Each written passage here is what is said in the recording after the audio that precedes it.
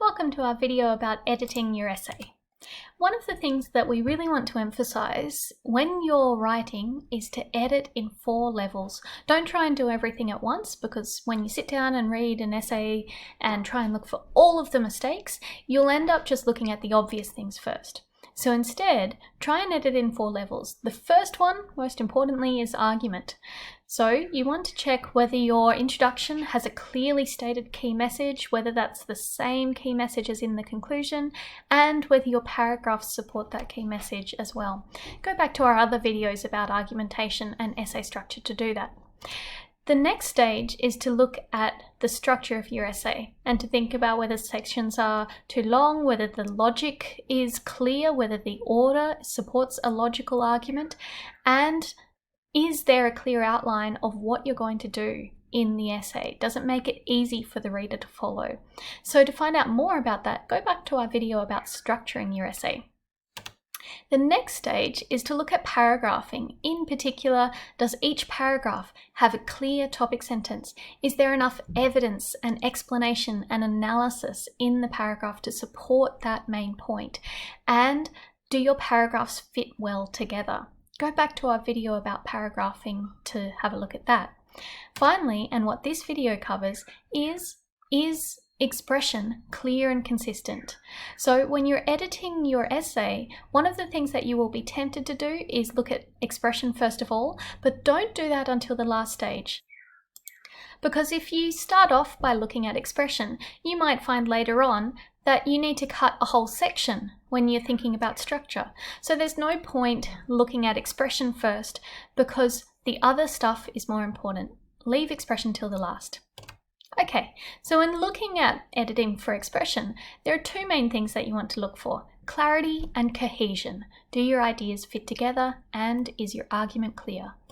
When looking at clarity, one of the key things to look for is, can your ideas or can your statements be misinterpreted in any way, which you want to avoid? So if you looked at this statement, I saw the tree coming around the hill, just to choose a simple example, this could be interpreted in a few different ways.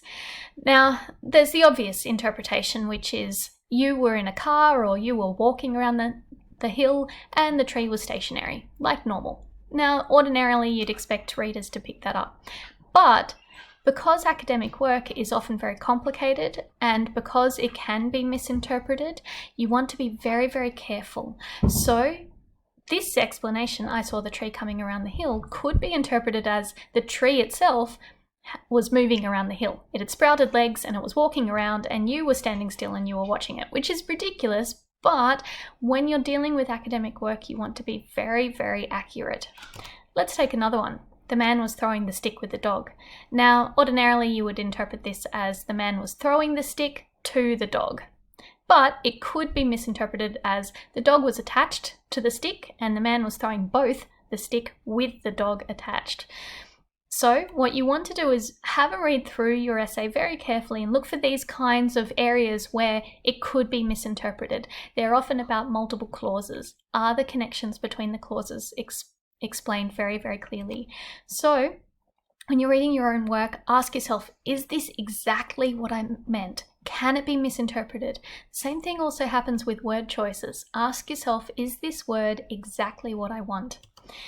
The next thing, and one of the largest problems in working on academic work, is long sentences and complicated sentences, and they can lead to a lot of confusion. So when you've got too many ideas in the sentence, when you're trying to fit in 2, 3, 4 more ideas, try and split it up. The next thing is complex wording. So if you're using a lot of jargon, a lot of complex terminology, try and reduce the amount of adjectives or adverbs in your sentence, and do make sure that you explain the terminology that you're using and see if there are ways that you can phrase it that make it easier to understand. It might be splitting up the sentence again. Finally, there's awkward phrasing. So sometimes sentence constructions can be a little bit awkward. So try out a few different versions of your sentences.